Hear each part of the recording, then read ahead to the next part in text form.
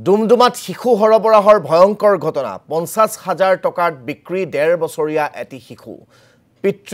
পিতৰ তাঁতি নামৰ দালালে বিক্ৰী কৰিছিল শিশুটিক স্থানীয় ৰাইজে কৰায়ত্ব কৰে দুই অভিযুক্তক পিতৰ তাঁতি আৰু টিকেক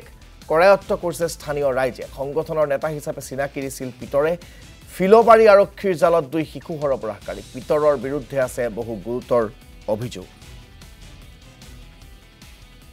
আমাৰ ঘৰৰ মানুহ জনাই এতৰ যোনটো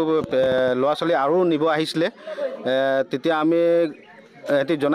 জনাই তেতিয়া আমি হেতু জায়গা উপস্থিত হৈ পিনে এই ড্ৰাইভাৰজন আমি ট্ৰেকটো ধৰি পিনে তাৰপিছত সবে ৰাইজে উপস্থিত হৈ ৰাইজে উপস্থিত সবে আগচি ধৰি মিলি আমি সবে হুতপুছা কৰোঁতে তেতিয়া নামটো ওলাই পিতাৰ তাঁতি বুলি পিতাৰ তাঁতি আনিব দিছে গাড়ীখন পিতাৰ তাঁতিয়ে পঠিয়াইছে হেনেকে বুলি কয় আৰু তাৰপিছত আৰু এটা নাম মেনশ্যন হৈছে টিকে বুলি মানুহৰ নাম এটা উচ্চাৰণ কৰিছে ড্ৰাইভাৰজনে সেই টিকে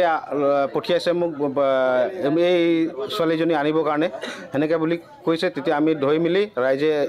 ইয়াত লৈ আহিম ৰাইজৰ ওচৰত এতিয়া হুতপুছ কৰোঁতে এটি ওলাই পৰিলে কথাটো এতিয়া গম পোৱা গৈছে তাৰমানে হুতাপুছাওঁতে